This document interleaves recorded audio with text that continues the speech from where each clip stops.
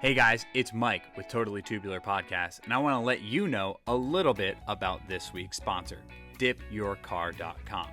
They are your go-to resource for anything in the peelable paint category. Their website has hundreds of videos for you to learn how to do it, as well as a chat function that allows you to talk with their team if you have any questions. They have kits that include sprayers and everything that you would need to paint your entire car, or if you just want to change the badges on your car or your wheels, they have cans available using their new Hyper Dip formula. So check out dipyourcar.com, and I hope you enjoy the show.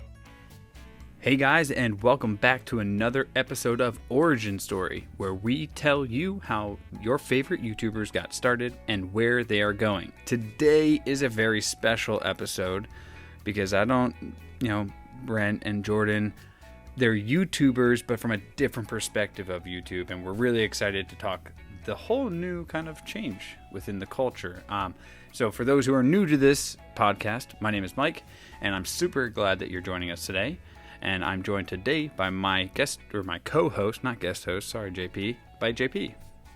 Thanks. And today we are joined by Brent and Jordan at Side B Productions. Excited to have you guys on here and kind of learn about the backstory of what you guys are doing. So thanks for being here. No problem. Yeah, of course. Thanks for having us. So for those who don't know Side B or Brent and Jordan, so Brent and Jordan are the men behind the production company Side B. Their company helps to create YouTube content, including the series Car Trek, which many of you most likely have seen, which is presented by Tempest, and thank you to them because they've brought us some amazing things and given our friends great opportunities to give content to the world, which is a whole nother side of YouTube that we don't even talk about, which is the sponsorship side outside of it, to bring these new things. So in this episode, we're going to explore how each of these two gentlemen found their passion for content creation and talk about Car Trek. How we got involved with them was Brent was telling me some funny stories of Ed Bolian on Car Trek, and he told me to ask some things. So I was like, man, I'd love to hear your perspective on YouTube and Car Trek itself. So I'm sure we're going to get some great stories out of that. And we also want to explore the new popular process of creating ultra high-end production company quality YouTube videos and how that all comes together, and how Brent and Jordan get involved in creating a video for someone else, and it's shared millions of times without maybe their name being on it, but they are the guys behind the camera. So it's really cool to talk this whole change in the culture that is becoming more and more popular, as Brent and I talked about before we started, every day on YouTube. So thank you guys so much for coming on the show and giving us a whole new perspective on YouTube and what we might see as the future of a channel coming up forward. So, all right, well, let's get started with two Dallas natives. We'll start with, I guess I can ask the question to both of you. Growing up in Texas, what's your favorite Texas thing? What's the favorite thing about Texas? Is it the food? Is it the culture? Is it what do you love? Jordan, go ahead, Jordan. It's funny because it's a tough question because, so I've been in Texas since I was 5, and we won't do the math because that just talks about how old I am. But I guess, we both talked about how we want to run from Texas, anywhere else but Texas. But I guess I would say, in general, people are generally kind to others, right? I think there's a Southern hospitality that Texas has that other states you don't necessarily find. And I think that's probably the one thing about Texas that I appreciate. I'd have to agree. It's hot and there's not a ton to look at as far as scenery goes, and I'm real big into scenery and mountains or beaches or whatever. Just kind of here, it's especially in DFW, it's like a concrete jungle. Like it's just, Brent lives in DFW as well, but the right time of day, it's going to take 3 hours to get there. So. You got to have the good people behind it. It's like being in Louisiana. If you go to a grocery store in Louisiana, you're like, I think I'm friends with everybody that's here. I don't know what it is, but everyone check out. They're always great people. So if it's going to be hot in a concrete jungle, at least the people are nice, Right on. Yeah, agreed. So I would say, like, you know, and I'm kind of curious, maybe Brent, we'll just start with you. Like, I mean, growing up there, you know, I mean, we're going to jump into talking about YouTube and kind of this whole, you know, creative process of just, I mean, even just learning how to do all this editing and stuff. I'd love to hear, like, what was the background? Were you like always like a creative guy growing up, or how did that start? So funny, you know, I've been in this industry now for only about 6 years. So I was actually in corporate finance for 16 years before this. Yeah. And about 5 years ago, I lost my dad, and I kind of watched him in that corporate grind for years, just chasing and chasing and chasing. And so it was about a month after he passed, I came home, and I was executive for a big bank for a long, long time. And I had a great salary and good benefits, and I could have easily retired from there. But I was miserable, like miserable. So I came home one afternoon, and I just want my wife, I'm like, hey, I'm out of there in 30 days. Like, I gave a 30-day notice, and she just like hit the floor. She's like, what the hell are you going to do? And I was like, I'm going to pursue this thing. Right. So it really kind of started. I've always loved photography, and I've always done some level of landscape photography, or, you know, documenting vacations, those types of things. Yeah. And then once my kids started playing sports and got older, I started, you know, covering their football games and things like that. And then next thing I know, man, like, the work's getting better. I'm learning from mentors. I'm doing some self-teaching online. I learned a lot of stuff from YouTube, you know, like a lot of people do now, right?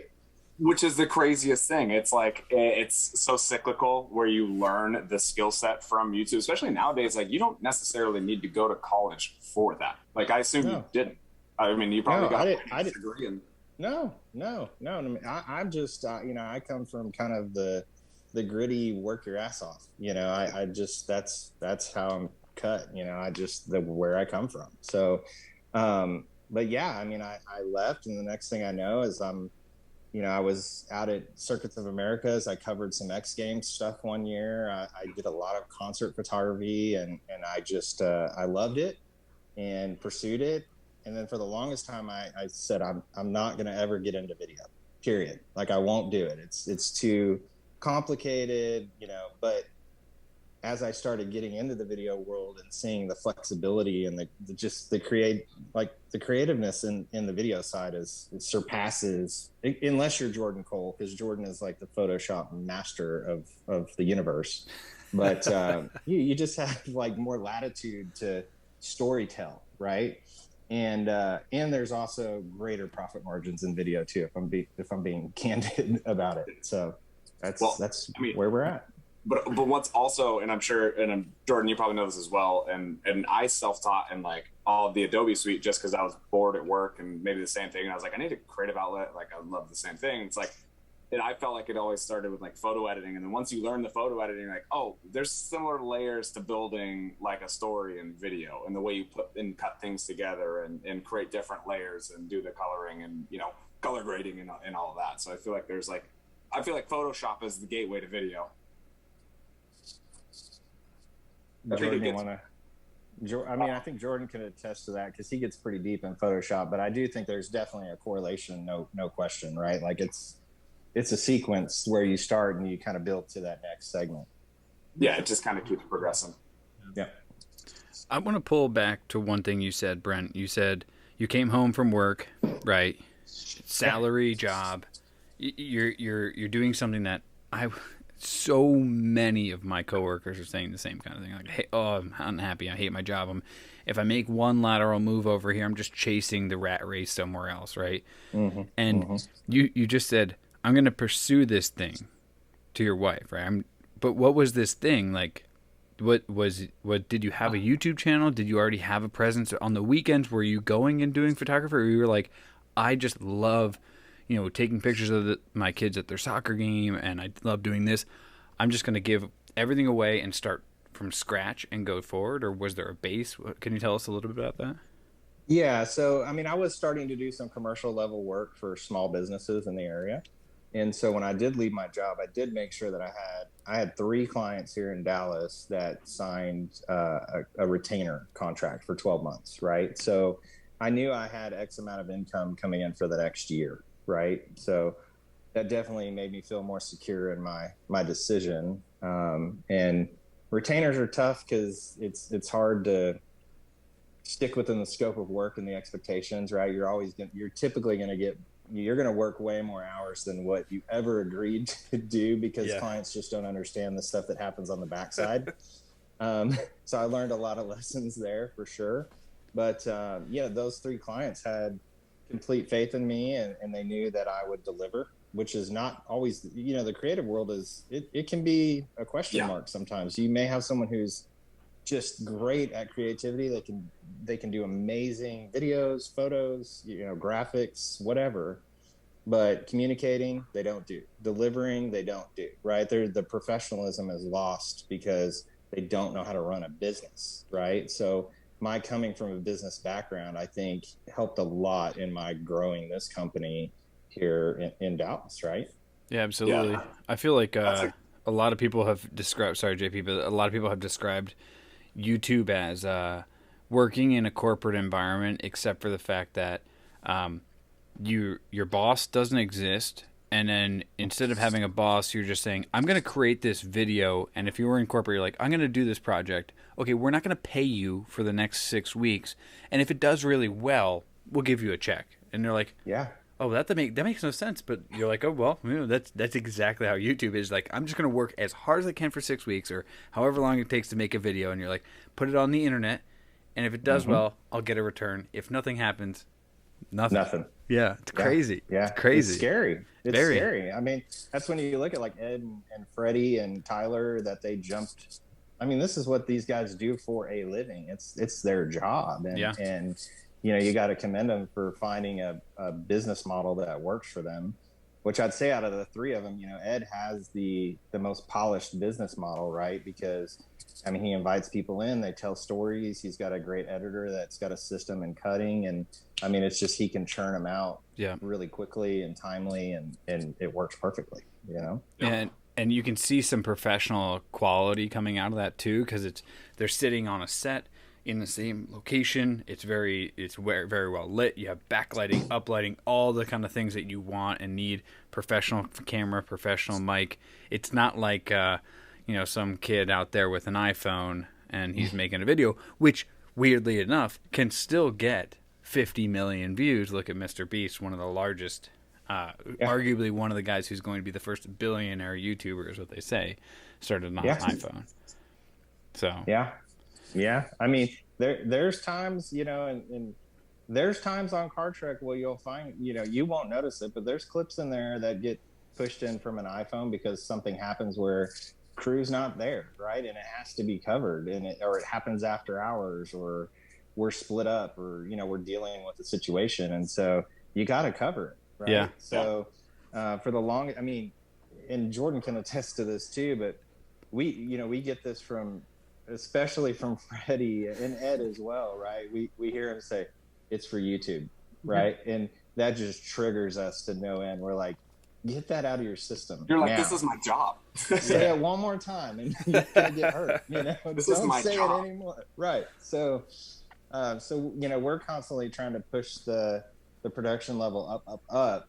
But if the content's good and people enjoy it, then that's going to outweigh the quality. Now, I will say you can get away with some degradation in video as long as the audio is solid, right? But if audio is trash, then it's usually unwatchable, right? So audio is a really critical component to your videos, for sure. Yeah, no, that's absolutely it's true, because like if you're watching it in 4K and the audio is a little off, you're like, okay, it's nice, it's cut well, it's things like that. But if you're like, okay, it's like 720p, it's not cut well, and this guy is speaking into the wind and it sounds like he's peeing, it's like, I don't want to watch. Okay, I'm going to go to a different video. Yeah, move on. Yeah. Skip, move on. Especially with, like, I think, tangent, but it's like everyone's headphone users. We're all listening to content on headphones. Us at our day jobs who are listening to, to watch these videos, like, we have headphones in while we're, doing emails or whatever we have to do, and audio is a huge piece of it. Sometimes I don't even watch the video. Sometimes I'm just listening. So audio is a big piece to it. Yeah. It's definitely a good time. JP knows I'm the savage out there that just listens to all my stuff on full blast. He came and visited me, and I would listen to all my work meetings, just laptop, no headphone, just full blast. And like, can you turn your thing down? Like, we're doing. I just say, what are you doing, man? What's I don't know. Live my life to the fullest. So Jordan, you and Brent have lived very different paths. Where I feel like he was, I don't know, maybe pushed in by your father into the corporate world and taught that's the way you do things. Where I don't necessarily know if that's the route you took. And it sounds like from, reading about your bio on your website and doing some research into you, it sounds like, from a young age, cars, photography, magazines played a big part in creating who you are today. So can you tell me a little bit about what magazine really was the first one where you were like, holy cow, I realized like someone took this picture. This is a car. I love cars. I want to be in this culture and this path. How can I get to where I am today? So I don't think it was like a magazine that did it. I mean, I had subscriptions to Top Gear and, automobile and motor trends and stuff. So I always got to see the, commercial style photography in those, which was always great. But I was actually working for my father in a t-shirt shop.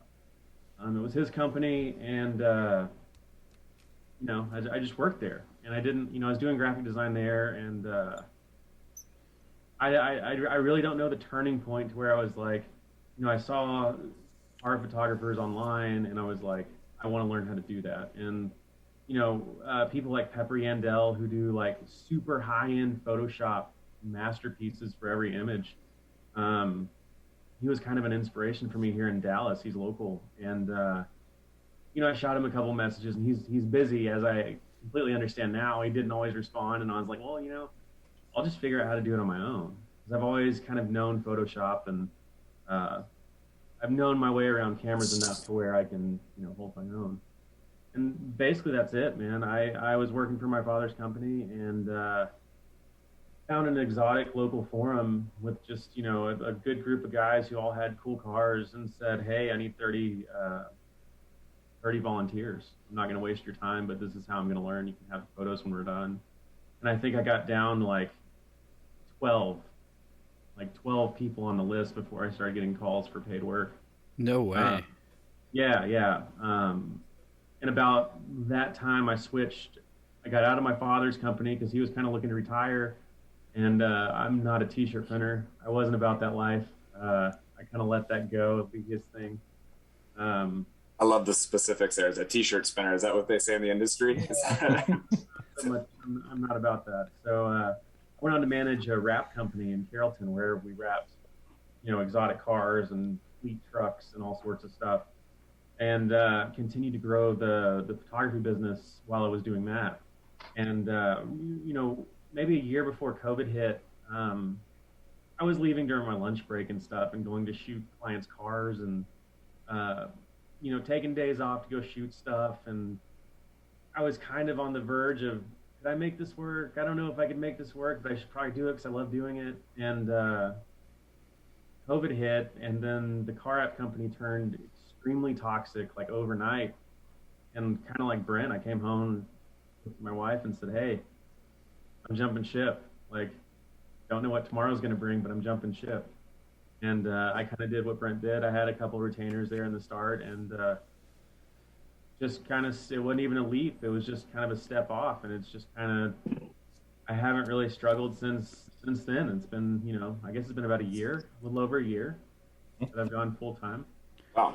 I want to pull a little thread right there before we talk about how another opportunity just kind of came to you, and then you reached out to Brent, but we'll talk about that in a second. Sure. So, you kind of were doing it on your lunch break. You're doing these amazing things, and then isn't it kind of crazy to think like, maybe magazines didn't get you into it, but big brand names, right? Like Copart, Magnaflow. Magnaflow, I remember like Magnaflow was in like video games. You get like Magnaflow exhaust on when you're editing, like updating cars and stuff like that. I remember watching TV shows where that was highlighted. Bring a Trailer, Kenwood, Engage. So many amazing brands. You've worked for them, so it's like you've gotten these amazing opportunities. You're kind of saying like, oh, I'm doing it on the side, but like, can you kind of tell us a little bit about that feeling of like now that really is a justification that you have made an amazing impact in this small industry? And I say small, it's probably like what, $40 billion in the car industry. So yeah. So I mean, even as a kid, I remember going into like Walgreens, or I guess it was Eckerd's at the time, and it's been so long.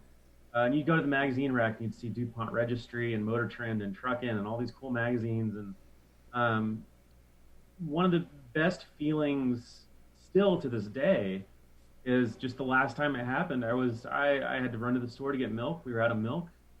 Have 3 kids at home, so gotta have milk. yeah, I know that all too well.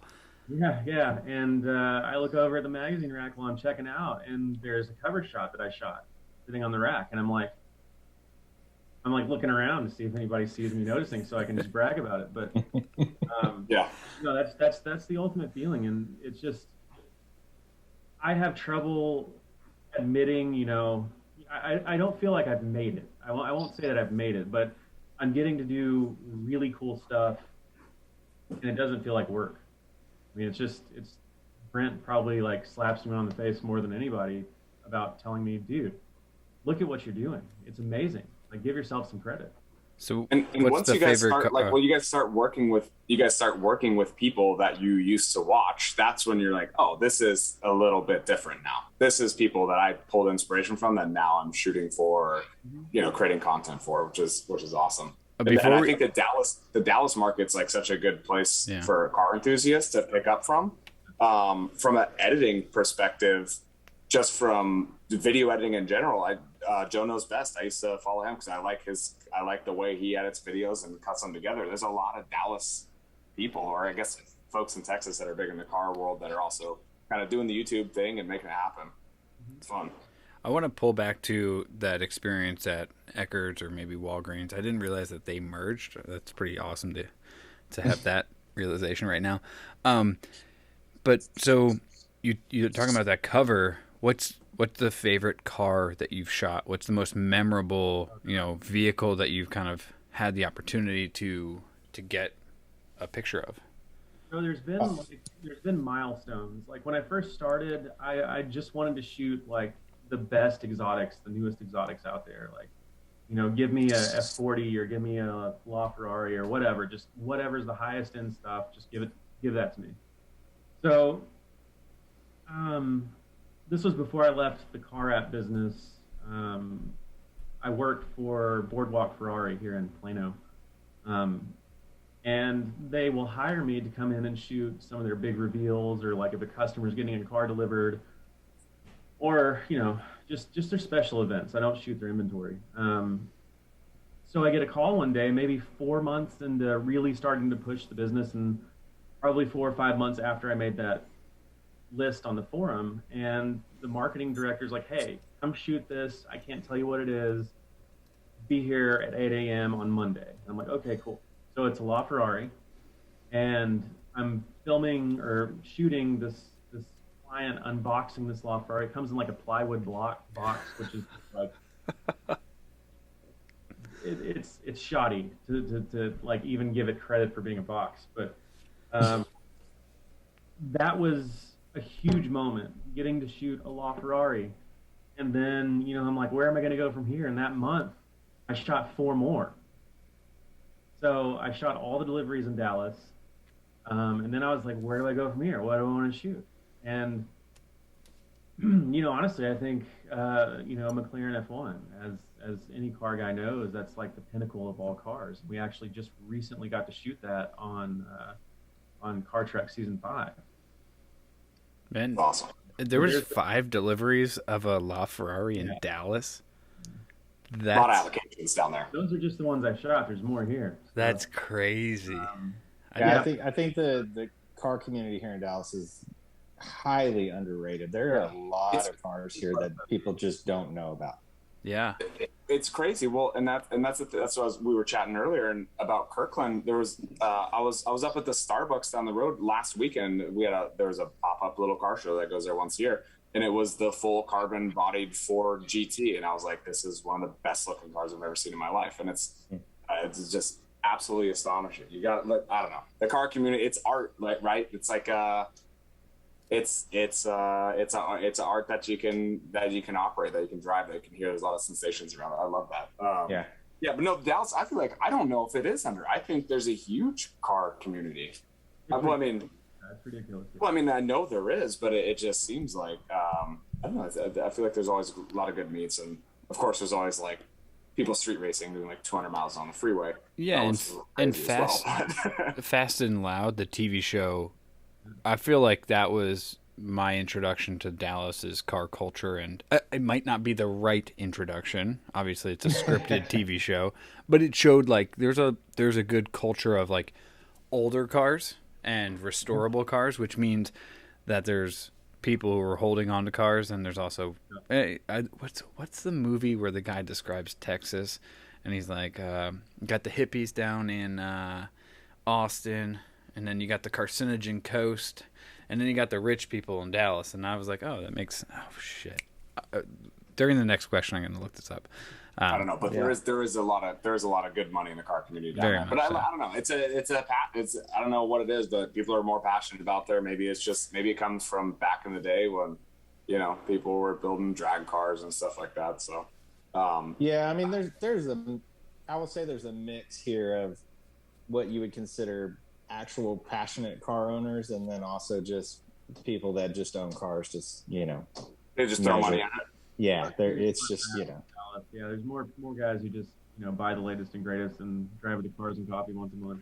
Yeah. But you can tell those people, and as you were saying about, it was like, hey, I always wanted to like take photos of these, like, you know, the top of the top and the lowest allocation numbers. But then I think there's a point as like car people are like, actually, like, there's a really rare, like, you know, somebody's got like an old RS2 or something like that you get really excited about. You know what I mean?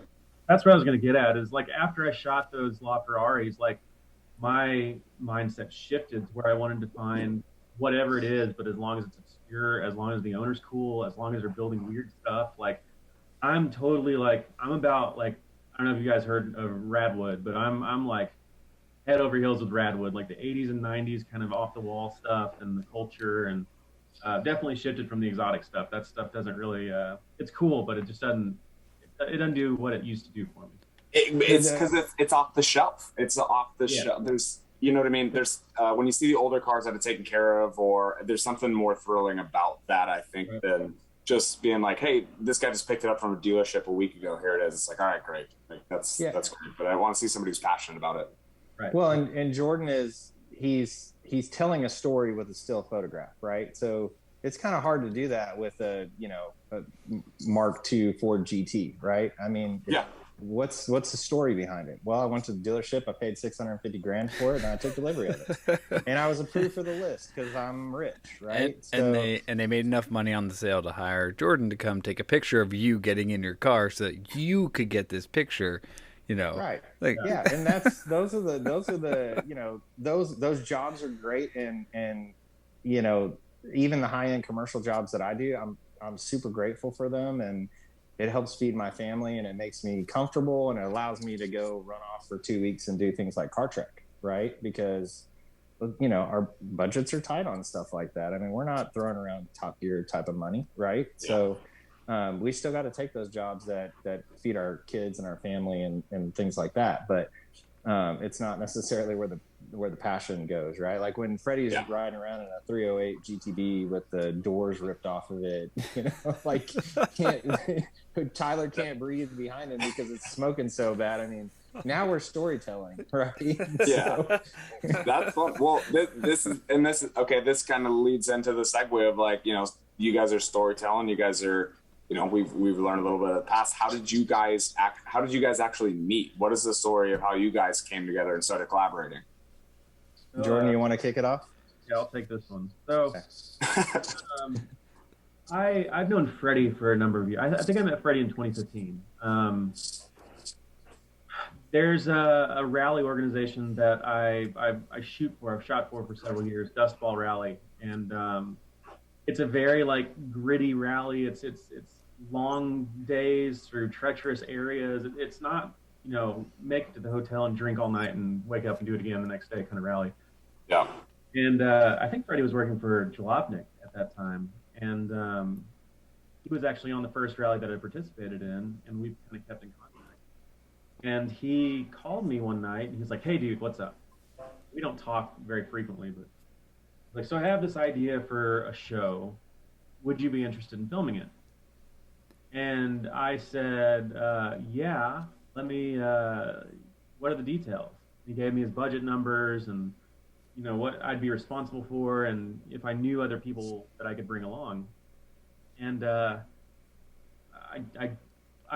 didn't really know people I could bring along and trust with this, you know, level of work and scope of project. I had known Fraser, who had the car rig. He was one of the first people who hired me to shoot. You know, they commissioned the LaFerrari pictures that I shot, the unboxing, through his company, eGarage. And I talked to him, and he was like, yeah, I'll do it, whatever. And I needed another camera person. I needed somebody that could, you know, come in and handle their own shit. Know what they're doing. Know what they're doing, for sure. And Brent has always been in, you know, the same circles, and I've seen his work pop up, and, you know, we had never talked. I'd never talked to this dude. I don't think I've ever met him. And I shot him a message, and I was like, hey, dude, call me. What's up? I'm Jordan. Hey, Brent, nice to meet you. You want to do this? And he's like, let me think about it. Yes, let's do it. So I just knew by knowing him through social media that I could count on him to come in and, you know, not have an issue with delivering awesome stuff. Yeah. At that point, I had only been shooting video for a year or maybe two. I don't know, not very long. And I don't know what the hell I'm doing. So, you know, Brent clearly does. So yeah, we met each other at the airport flying to Florida for Car Trek 1. That's the first time we met. Yeah, first time we met in person. Yeah. Insanity. I like. So, what did you guys like grab a beer in the airport and just say like, all right, hey, nice to meet you? We were still filming each other out. Like, he didn't ask me to start calling him daddy until like the second day. No, it was cool, man. We hit it off. Like, I feel like Brent's a brother. Like, we hit it off immediately and we just kind of went with the flow the whole week. I mean, it was a stressful week, but we got through it. And man, I don't know, like, and not just saying this because he's here, but like that phone call to Brent has changed my life. I mean, I credit this dude with so much. Like, I love knowing him, even though I don't like looking at him. Yeah. Or driving to see him, apparently. He's not worth the hour drive. I think it's so important with what you guys do, and it kind of ties back to what he was talking about earlier. You know, it's like you came from business. With the work that's so subjective, it's so hard to find. You got to find somebody who also has that same eye of like creativity and what the end goal is, and then it's like set the expectations with the client and say like, hey, these are the expectations. Yeah. Like, subjective or not, like, here's what we agreed on. You know. Yep.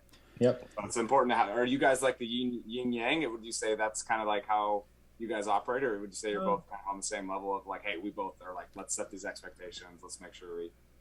I don't think we're on the same level. I think it's hard to explain. Brent is very, very, very like, has to be this way. Not a dick. I'm not saying you're a dick, but it's. No, I'm a dick. Well, that's it. You got to set the expectation. Very, very OCD in a very good way about handling certain things and handling tier list and inventory and billing, and he's very good. Whereas I'm like, you know, I just wake up and start pushing buttons. But, you know, I do think there's a level of balance that we have, but maybe that is the yin and yang. I don't know. He's very, very just like go in there and get it and knows what he's doing, and I'm on the other end just kind of, yeah, whatever, we'll make it work. Well, I mean, we got to recognize there's a big age, pretty significant age swing between me and everyone, right? Like I'm 43 years old, so I've been married for almost 20 years. I'm a grandpa, right? So these guys are in their, you know, early to mid 30s. And so we all come from very different backgrounds for sure. But, you know, we just all operate very differently. So I think I've kind of taken on that role of, you know, kind of handling the business side of things for the production team. And that just, and I'm okay with that. Like it's, I kind of play that caregiver type of role, right? Like making sure everybody's got food and they're the father figure. Yeah. Which I'm totally fine with, like my oldest is out of the house and my youngest will be out of the house soon. So I just bring in more, they're just bigger and they eat more, Yeah. You just keep filling the nest. But these ones are making you money this time. That's it. And Jordan will jump in a car with me and drive, 26 hours to Vegas overnight. And like, I mean, it was a rough one, right? But I mean, that guy will stick by your side and have your back no matter what, even when, like, I have a meltdown for Car Truck at least once a season. And Jordan's the one who's able to rope me back in, right? So there's definitely, I think, a yin and yang there to help, support each other for sure. Well, it's good to have the business side too. Like your 15 years of being coached to know the numbers, to have a spreadsheet, to have all those things only helps every business grow and helps. Yeah. I'm sure, Jordan, you pick up a ton of things from that because like every time I build one of these like things for my boss, I'm like, oh crap, that would have like worked so well 2 years ago when I was doing something else, like all that kind of stuff. And so I want to kind of pull back to something I think, Jordan, you said about the client expectations. You guys arrive in Florida, and I think this kind of goes to the whole theme of this podcast, right? Where, YouTubers are not used to like building these production sets, and I've learned this now working in marketing. Like, do you guys have a shot list? Simple questions that come out of creating a TV show or a photo shoot, right? You're going to go shoot the Ferrari. You have a shot list in mind. You know what you're going to get. You guys show up in Florida. What were the client expectations? How did you guys deal with those kind of things and the learnings from that? So Jordan, I'll kick it off because so I chased Jordan for probably 6 to 8 weeks for a shot list, right? And he's like, I've asked Freddy. I'm like, okay. And so finally I just let go of it. But I will tell you, and we should try to find these in our text messages to send to them. But like the night before we're going to the airport, Jordan and I are sending each other pictures of our gear and how well organized it is. We do, like, we're identical in that component, right? We're very OCD about taking care of our gear and being organized and having everything we need, which is pretty critical on Car Track, right? On any shoot, you don't want to be left without a tool, right? But we got to Freddy's shop, which they were supposed to pick us up from the airport, but they did not. So we had to Uber. Classic big shot YouTubers.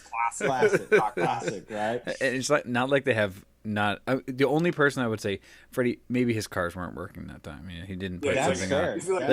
It is a fair point for him. That's totally fair. Tyler Hoover has enough cars. All the cars were broke down. Yeah, likely. Yeah, sorry, I interrupted you. Keep going. No, that was a good point. That was a very valid point. So we get there, and I asked, I'm like, do we have a script, a shot list? Like, what are we doing? And he looks at me and he's like, it's all right here. And I'm like, oh shit. Like, we're in for a ride. And I knew from there, like, it was going to be crazy. Yeah, no shot list. No. We still don't have shot list. So just film everything? Got it. We do have some, they are, I will say, like, Ed is kind of the Papa Bear when it comes to writing story, and then that's followed up with Tommy Durant, who is our main editor, and he's our show producer, and he's looking for continuity. And even though he's editing, like, he's out in the field with us for that week too. And I got to give that guy tons of props because there's times where we're not so nice to him because he kind of has to keep the crew happy and he's got to keep the talent happy, and you can't win that battle. But at the end of the day, I mean, this guy's worked on, Deadliest Catch, Ice Road Truckers, Swamp People. Like, he's got a resume, a big one, right? So, but, he helps with keeping that in line. But, there's days where we show up and we have a game plan. We know what we're going to be shooting. We know where we're going to be going, and we'll start shooting it, and the guys won't feel it. They're like, we don't like this. So it'll just get scrapped and we'll start over. Right. So rewrite a whole episode on the road as we're driving to whichever location we're going to. Wow. Or we'll lose a car, right? Like we don't have backup cars. So if Mona goes into the tree and almost runs me over. Was that season 3? Was season 3? That was 3. We killed all the cars in the first day. Yes. Yeah. Yeah, and I think that's what Ed was saying when we talked to him too. He's like, it was a disaster. Like he's like, the way we just killed all the cars, and it was a whole thing where now it's like, now what's the audible? What's the move? Epoxy. What's Epoxy. that? Lots of epoxy. At least Freddy's good with the fixing side of it. And we gotta give Jared props because he's a huge part of making sure those cars are running. Yeah. Well, yeah. I mean, he's been and his channel has taken off as well. Seriously. He's just fun to watch. That's a passion. Everyone loves watching him. So he's good. I forgot. So is he with you guys the whole time? Whole time. Yep. Okay. So it makes sense of at least why they're running for a period of time after that, or during. Yes. Right. Yes. Yeah. What's the discretionary funds like? You got to be. You're dealing with those like these old classics that we know are so expensive to maintain. It's like there just has to be, like what's the petty cash drawer when you're dealing with a bunch of Ferraris and whatever on the road. That's got to be crazy to deal with too. Like, all right, well, are we bringing extra water pumps? Like, what are we doing? I mean, I will say like there's a fixed amount of budget that goes into this show, right? So when we exceed that, like the guys are dipping into their own stash, so to speak, right? So I mean, there's like Freddy had an extra water pump for the 308 during season 4.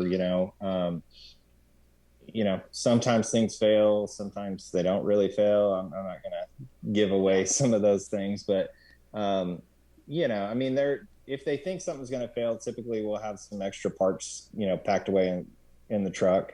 We've got extra belts and stuff like that. But for the most part, it's a bunch of this, like hopes and prayers and fingers crossed, and just go right and then shoot everything and just like, hey, like if it make a show. If it turns out one way, that's the way it is. I think, and I think this kind of brings us to where we can kind of lean into this space where we are now, where you have these big YouTubers who are now taking on series, which they can't just film themselves. They gotta be produced. Like, when did you guys start seeing that shift? Like, I'd love to talk about like this shift that we're seeing in YouTube, where a lot of YouTubers they're either coming out with series or they're coming out with a couple of just really high quality content, well shot, well edited, well color graded pieces.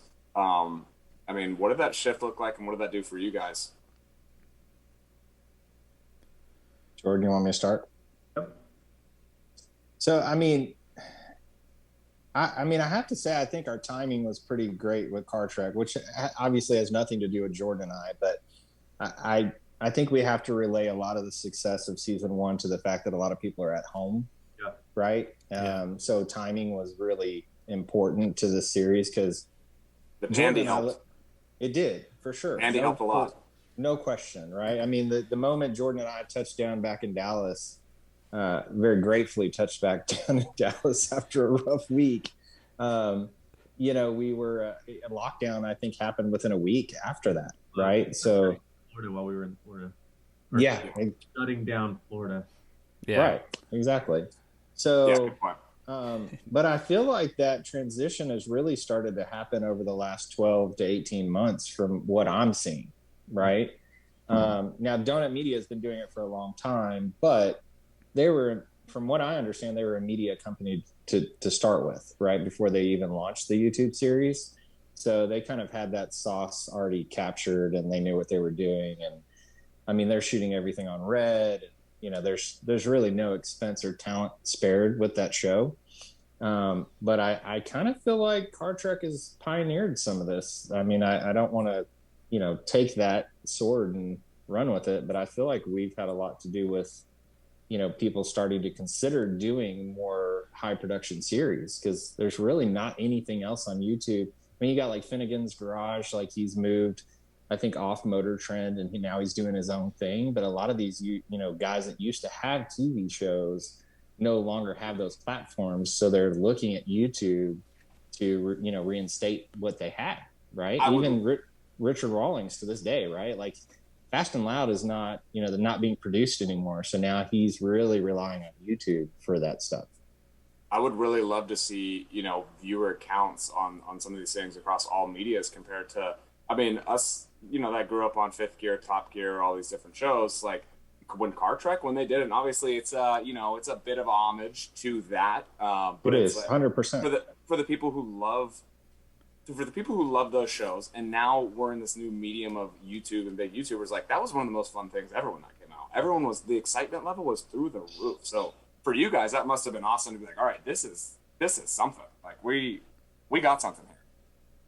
I honestly don't think we really even knew what we were a part of until the series came out and we started seeing the views. I had no idea that we were season 1, we did 7 episodes, right, Jordan? And I think now we're somewhere in the ballpark of 20 plus million views for the season, which is insane because we look back at it and, again, it was basically a 2-man crew with Fraser running the car rig. And so there's a lot left on the table there from a color grading perspective. Audio was kind of all over the place.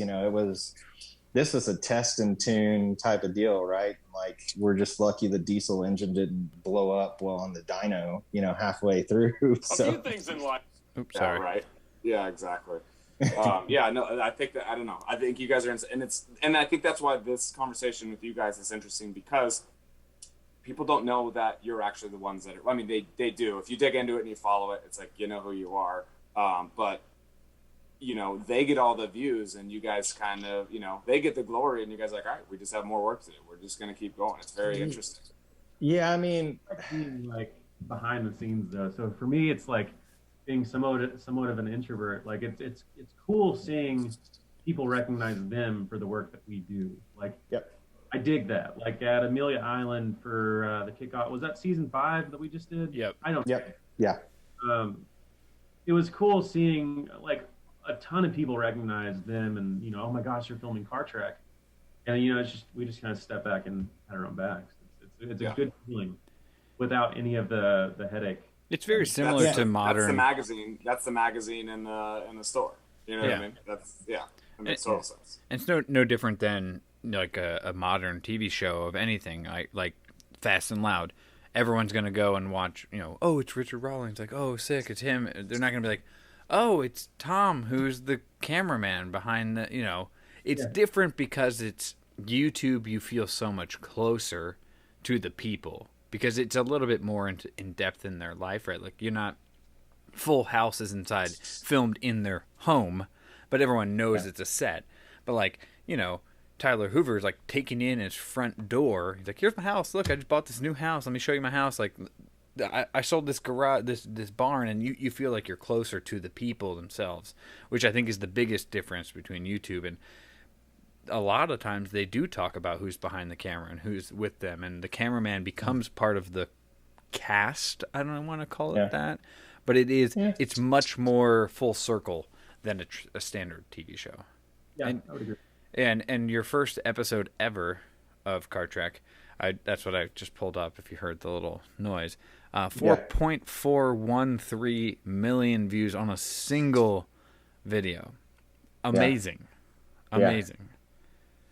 So, sorry to disrupt, but keep going. I think it's fantastic. And I think this is are people reaching out to you now? I mean, obviously you can't tell us, but I'm sure there's people who are reaching out to you. They're like, all right, well, you did Car Trek? Like, is this similar? Or is it more of like, no, these are the people that we like and we know in the industry, and that's kind of who we want to work with?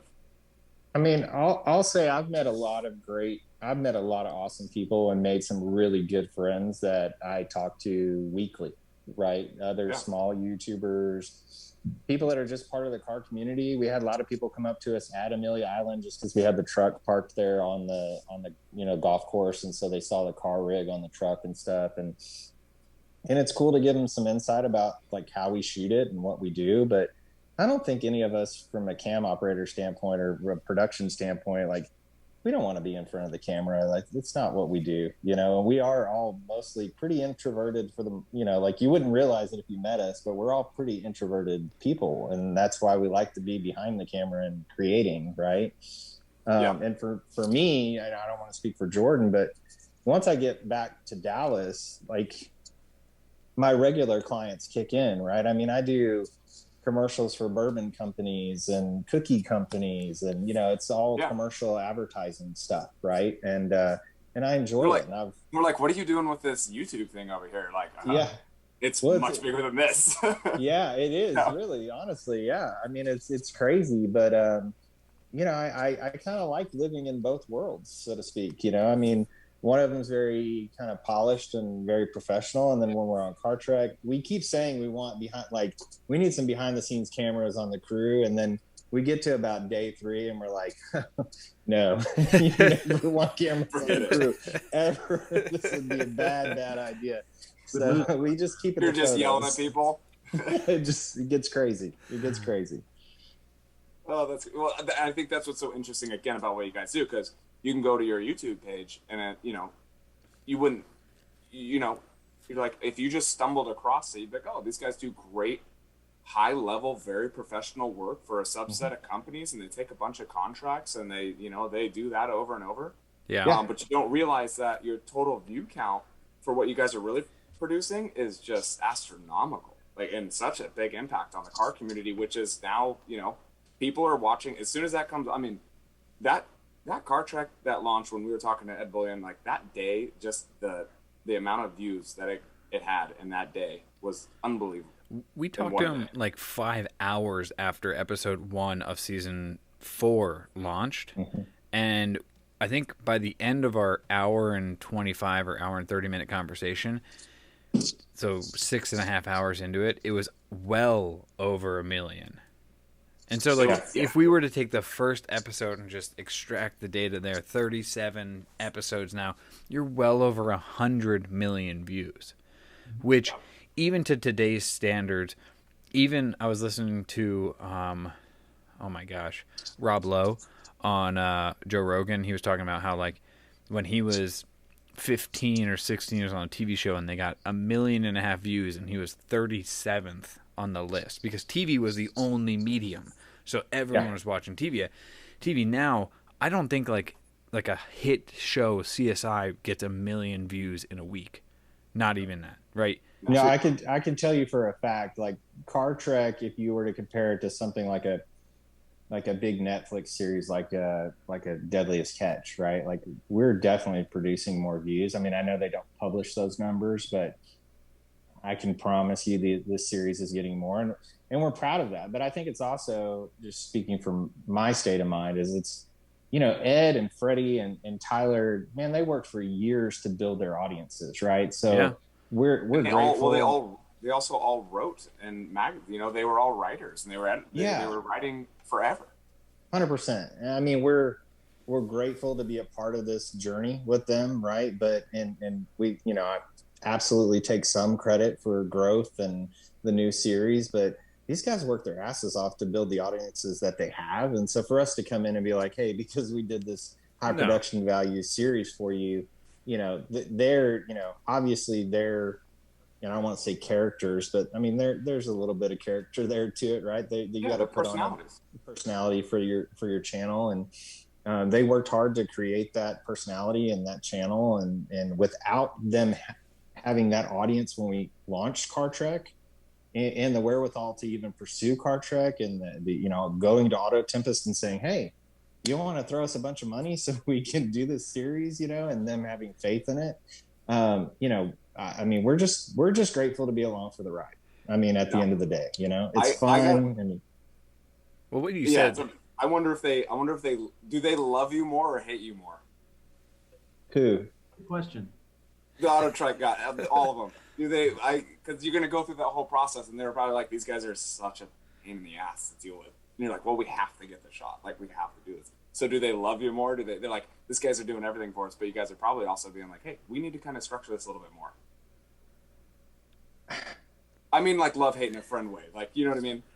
Man, I don't know. We've kind of like, I mean, I think they love us. I mean, period. Like, I mean, I will say there's been moments where we've all gotten on each other's nerves for sure. Right.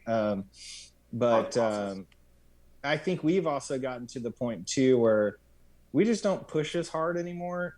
First of all, like if you look from season 1 to season 4, in the connectivity between Tyler and Freddy and Ed, like it's becoming more and more organic, which is what we want, right? We want it to be natural. Like these guys are, sorry guys. You're good. We lost you on the video. Yeah. I'm coming back. Plug. I'm nervous because I know my camera's going to die in about 6 minutes. I don't even know where mine's at. I like we want these guys are friends and they give each other shit and they have, they have a good time. And there are moments when they like legitimately get frustrated with each other, which I think you're starting to really see that come to life. Yeah. And that's, like we just want everybody to act like, I don't want to see Ed's personality, Freddie's personality, Tyler's personality. I just want Ed, Tyler, and Freddie, right? Because they're all great in their own aspect. And like, you just see this organically occurring, right? Like Freddie goes and buys a car and, he sits on it for 4 months and then works on it for a few days before we have to film, that's it. Like that's Freddie, right? And Tyler shows up with, the most consistent car of the bunch. It's probably got the best paint. The interior is the cleanest. Like it's going to get from A to B without any issues whatsoever. And he's going to do it with a smile on his face, right? And then Ed is always going to get the most glamorous car, and he's going to overpay for it, and he's going to cheat. Like he's just going to throw money to the wind, right? Like what budget, right? So finally, like season 1 was a lot of just, hey guys, did that feel good? Did that sound good? And it's like, just be you, right? And I think they're finally starting to settle into just having fun, and it's becoming less of a like produced reality show and more of a documentary series of these guys just out doing their thing, right? And you see it in the comments too, though. People have fun with it. They love to see the personalities shine. Like they don't want the scripted. The fun scripted is always kind of funny. Where like Ed's like, it's like he's reading a text message. Yeah. Really just making something up. Auto Tempest just texted us. Like like those are always pretty fun. But I think that's what we like is kind of this rough cut. And we're in this weird dichotomy of like YouTube real, but also like pretty serious production and the whole thing. Yeah. You know what I mean? It's very interesting to do it that way. I love it. And that's, I think everyone loves it. It's a good time.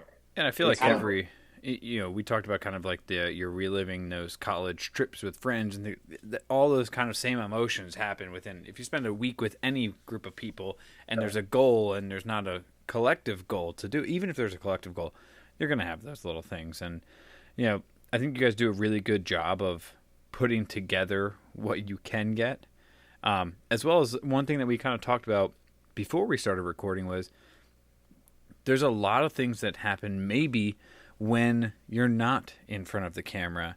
And I think one thing that you guys do really well is you bring in all aspects of what might not happen if you're not exactly there because, we're working with people who might not have the traditional marketing background and route to get to where they are.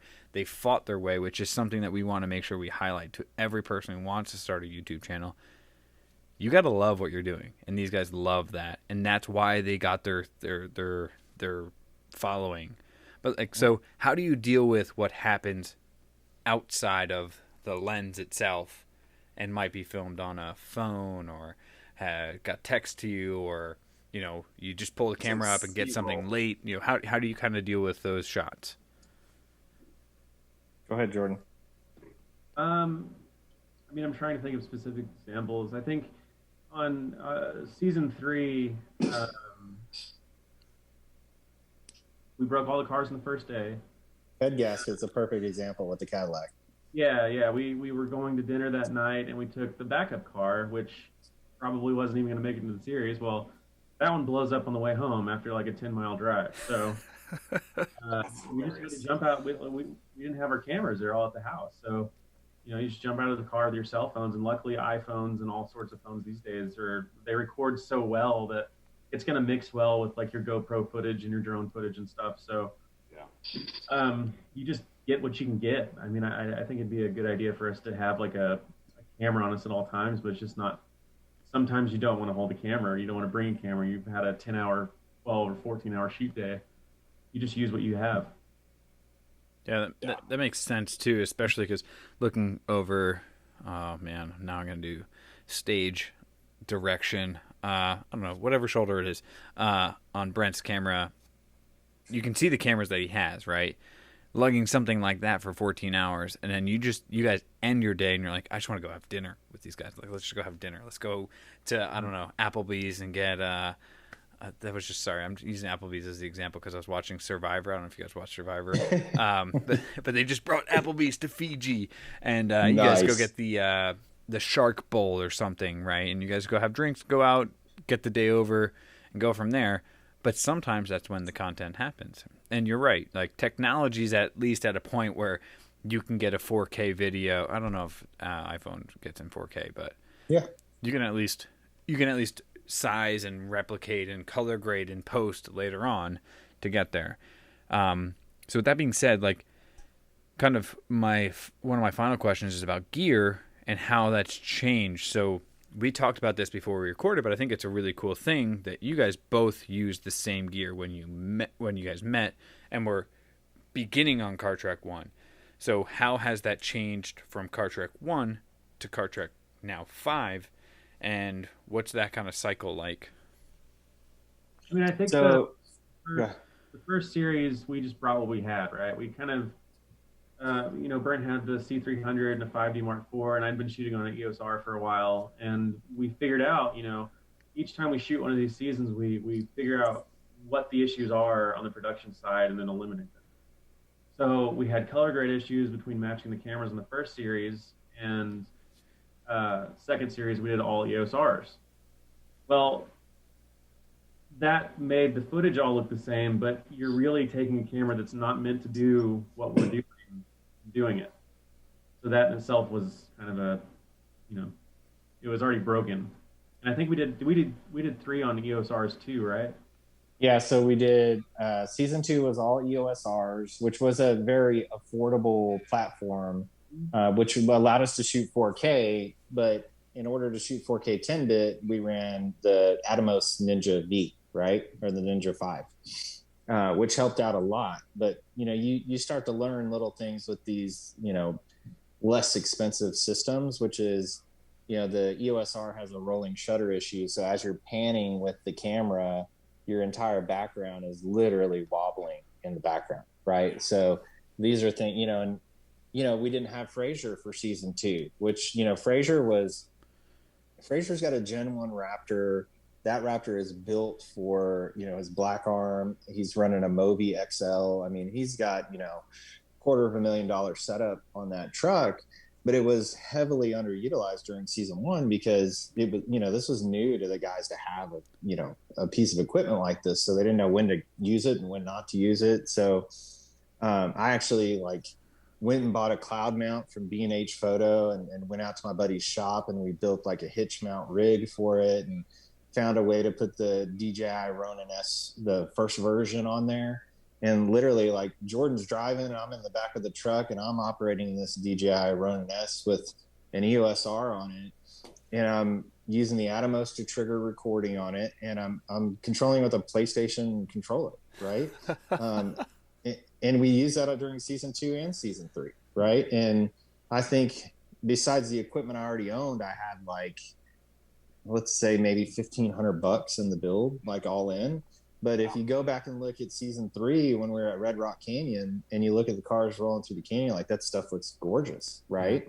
But there's just challenges with using lesser gear, which is you're relying on autofocus and things like that when you don't have hands on the camera, and if lighting hits just wrong, or you hit something on the road where you lose focus, you might lose a beautiful shot, right? So season 2 and go ahead, sorry.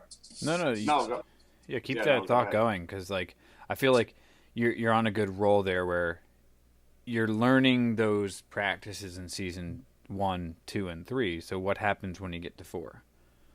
Yeah, so we finished 3, And we've got a new guy on the show with us since he started on 4, right? Jordan 4 and 5. Yeah. So we brought in my buddy Tim, who's a guy who used here a lot. Like he works with me a lot. Great guy. Similar sequence to Jordan. Like I literally met him shooting an event and we just started bullshitting, and now we work together on a pretty regular basis. But he's always been a big Sony guy, and Jordan still shoots stills on Canon, and I was Canon for many years. I mean, 2 decades I shot on Canon. And so I was very loyal to the brand. And then once I started seeing the capabilities of the Canon from a cost perspective and just the dynamic range and what they're building into these little cameras, it's really astonishing. And the ability to color grade efficiently and no rolling shutter issues. So I went and bought an A7S III. We brought Tim on, he brought one of his, and then we rented another one and we shot 4 on Sony, and immediately we saw, even before we even graded the footage and we're looking at our rough cuts from Tommy, we were just super impressed. And of course I was using him here locally for commercial work too, and we were just very happy with him. And so I brought this big guy, the FX9, out on season 4, which is it's a great camera. It killed my back for about 10 days for sure.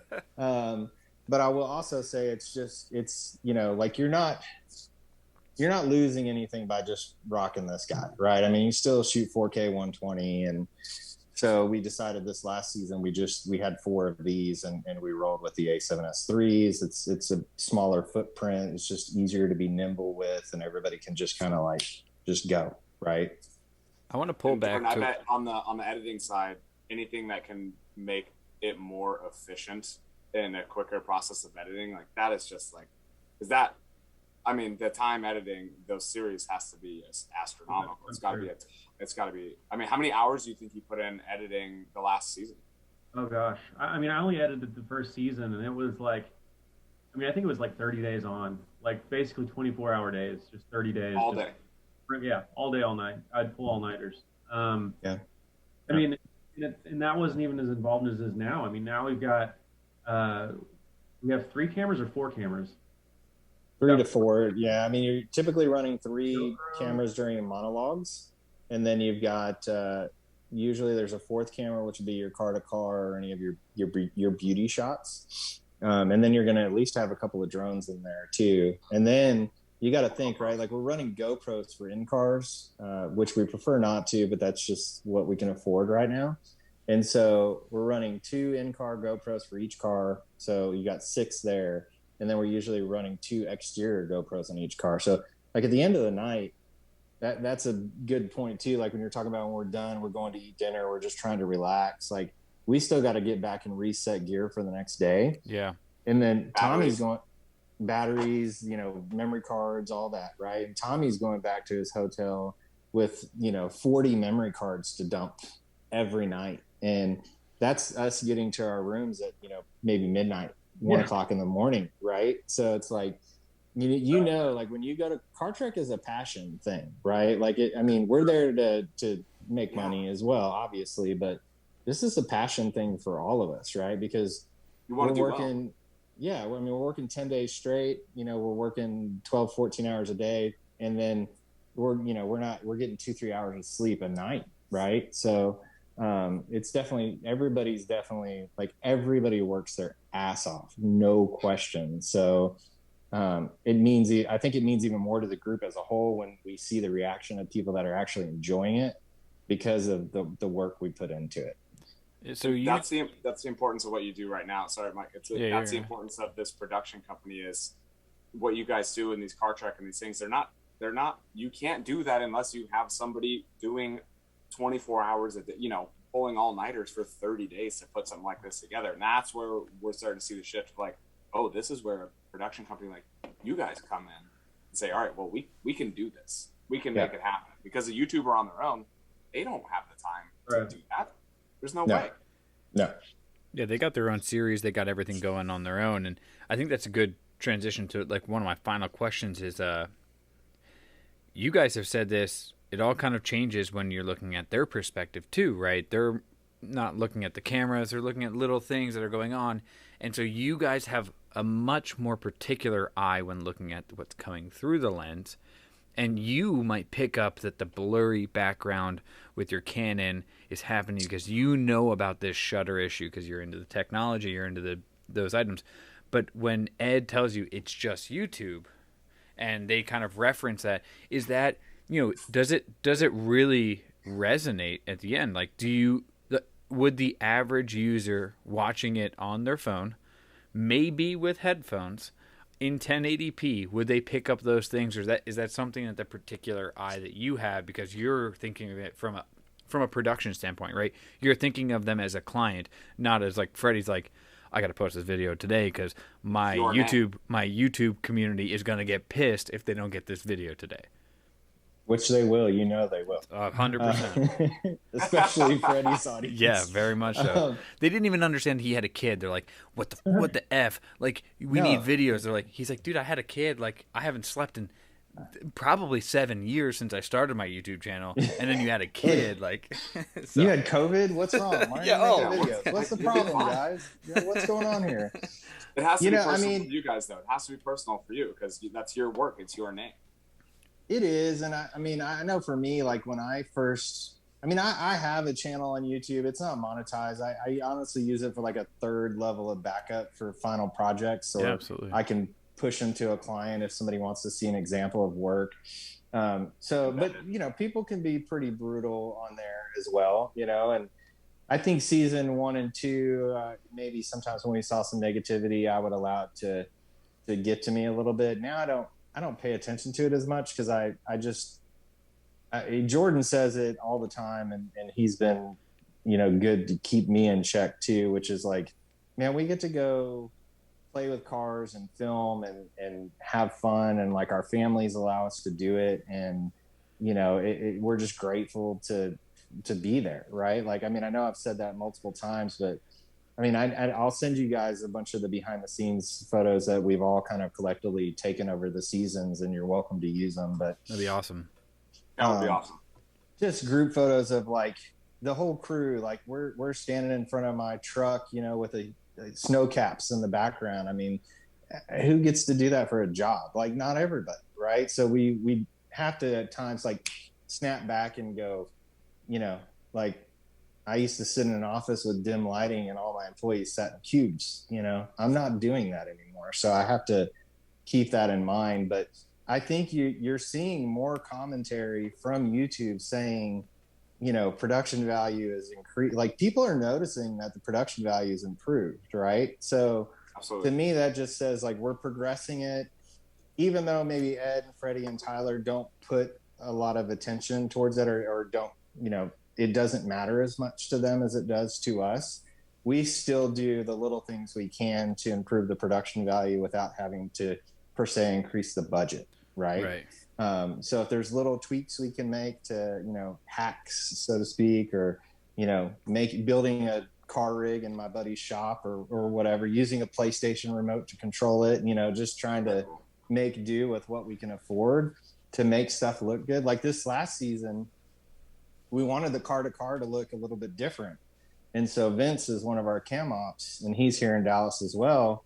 And instead of running the car rig off the back of the truck, we actually put the gimbal on a boom pole. And so I'm in the back of the truck controlling the gimbal itself. Vince is strapped into the bed of my truck, and we're getting these big sweeping up and downs, right? So it looks like you've got an actual like full-size arm on a car rig, on like you see them like running with Porsche and all these big car companies, right? So anything we can do to try to mix it up and make things look a little bit different and progress the series from production value, we're going to do within our ability, And you guys are obviously using closed roads and all the safety measures that are needed for that, of course. Yes. And you see like one weird thing that happens is like you guys are bringing this production value to YouTube, but big companies like Budweiser, Alexa from Amazon, all these companies create these massive budget 30-second beautiful commercials, and they play it during the Super Bowl, and it gets, I don't know, 1.5 million views, and they post it 6 hours before it goes live on the Super Bowl on YouTube, and it gets 30 million views. And so it's like weird that like we're changing this whole culture, and they probably have someone in their offices who's like, guys, come on. Okay, I get it's for the Super Bowl. But it's not even for the Super Bowl anymore. Yeah. It's for YouTube. It's become this whole other thing. I have a feeling that like you guys, like you said, you're early in on this. And this is going to be a more and more and more common item for people to do it. I don't know if you guys watch Dude Dad. You watch I have not. Okay, he's like a comedian, but he also has done some home renovation. So Chip and Joanna, another Texas couple, they have their own Magnolia network. They pulled him from YouTube to come to their network. So networks are now seeing, I guess they're not like a traditional network, but people are starting to use and see YouTube as the medium to come out. There's so many things that are coming from this amazing platform, like changes in every industry out there. This year, especially in cars, I feel like YouTube has gotten a lot more press. You've seen Doug DeMuro, the fast lane cars, all of those guys have now started to get the pre-production models and review cars on YouTube before it hits the traditional media networks that we had talked about earlier on, like Car Trends and whatever, like magazines and traditional outlets out there. It's interesting. I think we're in the infancy, which is wild to say because YouTube's almost 20 years old. And I think what you guys are doing, your storytelling is so good and authentic. Yeah. That's what makes it so, like, we love, like, you guys probably watch like Haggerty, and that's a question we'll actually ask in a couple of, like, Haggerty. I like, it's like Smoking Tire, like everything that, that is where a majority of consumption is going. I spend 95%. I would say 95% of the content that I consume is from YouTube. You know what I mean? So it's such a good platform. Yeah, no, I don't. I mean, it's considered a serious platform, right? I mean, it's not just Amazon, Hulu. I mean, it's a legit streaming platform. I mean, Tyler's, being hired to work on Barrett Jackson now, right? That was crazy. And he's doing an awesome job with it. So I mean, these guys and girls are being taken serious. I mean, Amelia Hartford, she's obviously here working with she's working with GM directly. I mean, these guys and girls have found a way to really utilize this platform to their benefit, and they're starting to put out really good, solid content. And the cool part for me is just watching, even from our guys, like, watching from season 1 to season 5, how much they've matured just as on-camera personalities from season 1 to 5.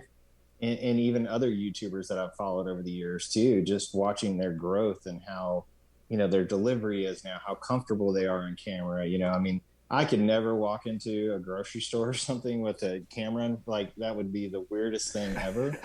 I went to, like, my wife, me and my son have been to Costa Rica a few times. And like the first year we went, I'm like, I'm going to vlog the whole thing, and it's like, like it just ended up being a bunch of B-roll because it was like, I felt so weird in front of the camera. Right. So like the way these guys were able to turn it on and just, feel confident and comfortable with what they do it's a skill set, man. I mean, it's underrated, I think, 100%. Well, for a couple of guys who say they are, you want to be behind the lens, like you're giving they have a platform, you're helping them get a bigger platform. What you guys do is awesome, especially for us who enjoy that content. Like it's, these have been these downtimes or whatever you want to call it. It's like, it's been so fun to watch all these YouTubers who are starting to take the production side a little more serious and say, or maybe now they have a little more money or they're getting sponsorships because these large organizations are like, oh, there's so much money here. We're leaving it on the table. Let's hire somebody to do this. So you guys are in such an awesome spot to, I think, capitalize on what you're doing. It's fantastic. I think the one thing that you guys do really well, sorry to cut you off, but I think one of my friends who's been on the podcast, Justin Purser, he made a documentary movie. And one thing he noticed about YouTube is the people who do really well on YouTube make it seem like anyone could do this, right? And anyone can just pick up a camera and they can make content. You could go out. Casey Neistat is the king of that. Like, picks up the camera, and you're like, holy crap, I could do that. Mr. Beast, I have an iPhone, I have a laptop, I can make this. And one thing that you guys do really well with Car Trek in the series is that nostalgic feeling is not lost at all. You know it's produced. You know, obviously, we know that it has production behind it. There's people who are filming outside of it, but it still feels like you're watching Freddy or Ed's channel or Tyler Hoover. It still feels that same nostalgic feeling of like, man, I could do that. I could go on a trip with my 3 friends. We could bring we could bring like 2 cameras or a couple GoPros or something like that, and we could make this. That's one thing that I think is differentiated between you guys and traditional television networks producing TV shows. You make it feel like we can still do it. I guarantee I'm not doing 30 days of 24/7, 365 editing. That's not happening. But you still keep that in. I want to congratulate you because that's something super hard to do. Yeah, thanks. I mean, the cool part about the series, I think in general, and I think Jordan will agree with this, is just like, we're not just there as the help the crew, right? Like when you go on traditional sets, like the crew and the talent they're separated, right? Yeah. Like we've lived with these guys for a week at a time. We're on the road with them. Like we're intimately intertwined for a week plus, right? So yeah, we're a part of, like we're all a part of the journey, whether we're behind a camera, in front of the camera. Like when those 3 guys got to jump in that F1, like I cannot wait until you guys see those 3 guys sitting in a McLaren F1 driving. I mean, like that moment, like I watched the rough cut 2 weeks ago, and that moment is just... It's going to bring tears to your eyes as a car enthusiast. It's going to bring tears to your eyes. I'm sure they were giggly. Awesome. Just giddy kid. They were just literally back to a kid in a candy store. Yeah. Yeah. So, I mean, what else is it? Yeah. I mean, it's the top. I mean, there were so many opportunities in season 5 that were just unexpected that you'll soon see, obviously. But I think that was probably the season where we were all like, all right, we're doing something right here, right? Like we're getting some invites to do some things that other people don't have the opportunities to do. Yeah. And obviously, we're paving a good path here if that's, people are allowing us to go, hey, here's the keys to our McLaren F1. Oh, you can also drive it for the next 2 hours. I mean, crazy, just crazy.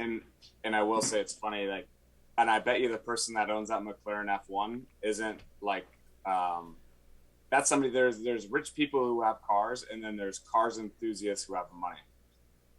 Sure. Yeah. That's probably a car enthusiast that has money. So that car's owned by the Rev Institute in Naples, Florida, and I want to say his collection is about 133 cars strong, and they're all equally as amazing. Like, just go look them up. But the gentleman, that's not the one from Ammo. That's not the one that Ammo NYC did, right? Where he went in that collection. I'm not sure. I know who you're talking about, but I'm not sure if it was that car or not. But Pedro is kind of the caretaker of the F1. He's one of the mechanics there at the Rev Institute, and he was sitting right next to me when we were doing car to car, and I was running the camera rig, and the guys were behind the truck. And I mean, they were just so gracious to let us take that car. And I mean, the whole time I'm looking at my monitor while this car's behind my truck, and I'm just like, it's pinched me, right? Like I never thought I would ever put eyes on a McLaren F1 in person, and now I'm filming one behind my rig. It was just like, and Jordan's driving, so there was one Jordan's point driving. where, He's like, I gotta edit this shit later. there was a point in time where like Ed blew by us, and I think he got the car to about 140, and I think he was like, ask for forgiveness later type of thing, and but we were messing with him, and so I jumped on the radio and I was like, Pedro said slow down now. And we've never seen brake lights come on so fast in our entire life. Pedro didn't ask him to slow down, but we just wanted to mess with him. That's what we need the outtake of. That's the clip that we need. That's the one. That's going to be awesome. Especially from the guy who cuts the brake lights on his cars when he drives across the country. He has a kill switch for it because he doesn't want the cops to see it. I thought that was a brilliant thing from him. But yeah, JP, roll it. Smart. Yeah, I brilliant. mean, but yeah, now what you guys are doing is awesome. I do have a couple questions I'll actually round out on. One, Go for it. One of the biggest issues with car videos, and Jordan, you might appreciate this or hate it.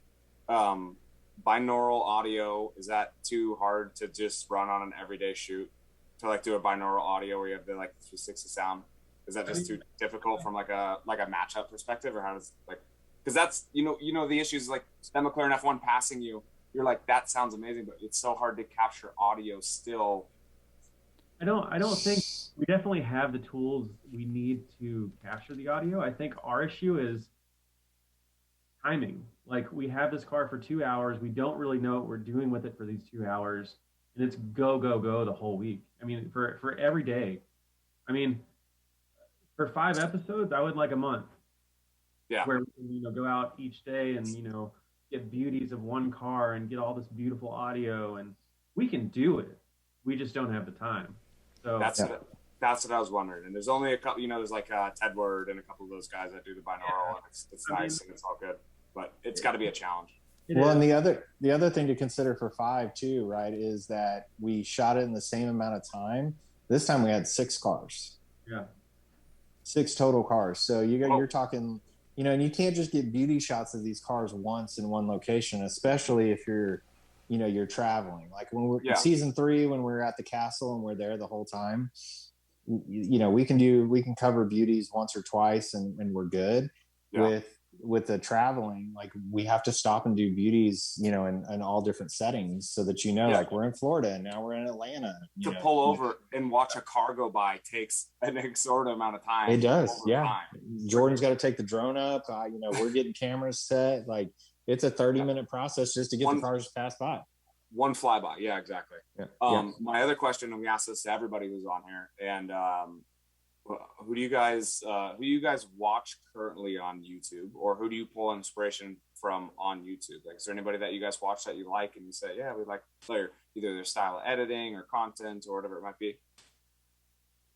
I mean, there's not a ton of YouTubers that I follow that are in kind of the same realm as we are. Like, I watch a lot of travel channels and like sailing channels and aviation channels and stuff, but not a lot that's like automotive. I mean, I don't know. Savage Geese is a good one. Like, I'm always confused on how clean he gets things. Those guys are so funny too. He's funny. He's just so like dry and blunt. It's great. But I mean, it's so funny. I send videos to Mike's wife when they were looking for cars, because whenever they do the minivans, he just floors it straight for like 2 minutes in the minivan, and he's doing like $140 in the minivan by the end of it. But it's so funny. He just always just stares at it. It's hilarious. The Kia Carnival is the best one. It's by far it's by far the best. Yeah. So good. It was so funny. I think it was Pacifica where he like turned around and told the like imaginary kids to shut the hell up. That was the best. I lost it. That was the one where he's like, yeah, dude, so good. Yeah. Brent, what about you? So I'd say there's 2. I've been watching a lot of the Cerro Gordo series. The gentleman that bought Cerro Gordo, the mining town. I'm all over the Cerro Gordo. Like, first of all, he's one of my guys. I love him to death. His name's Brent. So I mean, come on, right? But he left his corporate job. Like, he bailed out of finance. Like, he bought this mine, and he's a little repetitive sometimes in his storytelling. Like, he tells the same story over and over, but I respect what he's doing. Like, I mean, that's a huge risk. Seriously. And I love that you love that, because Sarah Gordon, like, man, and by the way, we've actually got him on. He's coming in right now. No, I'm just kidding. I wish. That'd be epic, dude. No, what if we had him on? No, what if we had him on? He's like he's got an amazing thing going on, and that talk about a risk. He just is like, I'm just gonna blow my life savings. I'm buying when the hotel burned down, what are we doing? Yeah, and like the guy, I mean, he's having to, going in those mines is just, I mean, honestly, he's absolutely insane for some of the shit he does. But yeah, and then, Diesel Brothers, David Sparks and them went out there and helped him with the foundation out there, which I thought was awesome. Great collaboration. And I love the fact that, like, Sparks is starting to collaborate with all these other YouTubers, which he's doing it more than others, which, like, sidebar, I'll keep it short, but one of the things I noticed in the creative world, and Jordan and I've had this conversation a lot, which is photographers and videographers, like, there's always this level of like pridefulness, and like people want to have bragging rights that I edited this or I shot this or whatever. And none of the guys in our crew, like, that's not what we're about. And even it's not, right? I mean, doing creative work as a team will 100% every time result in a better product for your client, number one, every time, right? So, like, push egos and pride aside and everybody work as a team, and like the shit you can do is absolutely just, it's killer, man. So, and I would say the second channel that I've just always appreciated, because it's ever evolving, changing content, which is just the Hoonigan guys. Like they all just grab a camera and they just always do cool shit, right? What like are we doing always. Today? Yeah. So I mean, I love what they do, and they're always entertaining. And Ken Block obviously knows what the hell he's doing when it comes to social media and just content in general. So, dude, what an OG master of social media. Like the DC shoe move, and then everything else is just like brilliant. He's like I see him as like a Red Bull kind of esque, where like you see that everywhere, but he's just like silently killing everything. It's awesome. I have several pitches now. Either a car trek to Cerro Gordo. There you go. Or what about just, because the drive up to Cerro Gordo is like this crazy road. What about just a rally stage of the Cerro Gordo road, and you get a bunch of YouTubers that rip up the road? Yeah, that's content right there. Be great. Yeah, we've been pushing for probably since season 3 to do an off-road series, which the audience has been pushing too. I'm down for that. Haggerty's on board with that. Yeah, all those guys. Yeah, we want them to like have to live out of them, sleep in them, cook in them. Like, I mean, the whole deal, like Overland, right? Like Overland Expedition that, those guys all go. Like all the Porsche Cayennes that are lifted now and just ripping. Or, they got 6-inch lifts and they're on 32s and they're just ripping. Yeah. Yeah. Just go. Yeah. Cerro Gordo. That's what we're going to do. It's going to be the Cerro, what are they? Silver? What are they? I think it was the silver mine. Yeah. Yeah, I think it was Silver Mine. Yeah, we'll call it some sort of silver rush. We'll put that on. We've survived Death Valley once. We can definitely do it again. So it could be a really cool one where like the first time is like now there's 2 budgets where Ed can blow away. Where it's like you have the car, you have the car budget, and Ed Math can be like you have the car budget, and then you can say, hey, there's gear that you have to have. You have to have like the pads that go under your truck wheels. You got to have like a kitchen. Like a kitchen aspect, and like all those little factors that go into it. That could be really cool for them to do.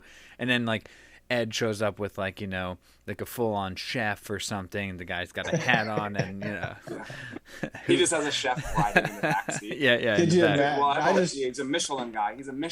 So yeah, he's got 5 stars. Yeah. Could you just imagine what Freddy would roll up with? Yeah. Right. I mean, I don't even want to know. I recently went to Home Goods 4 months ago, and I grabbed a bag of I got some salt. I got a non-stick pan.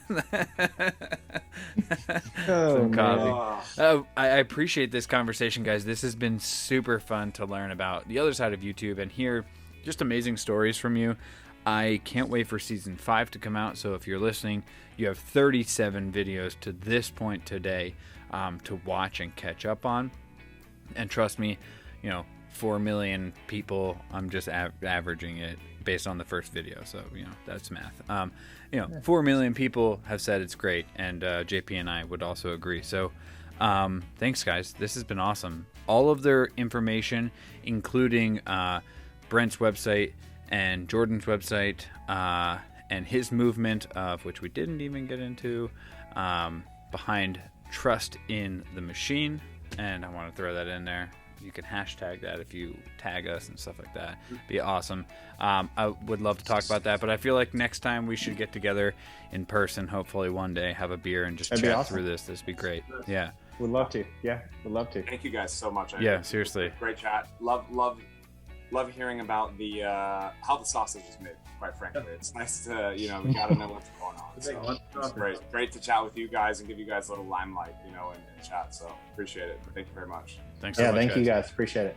This is awesome.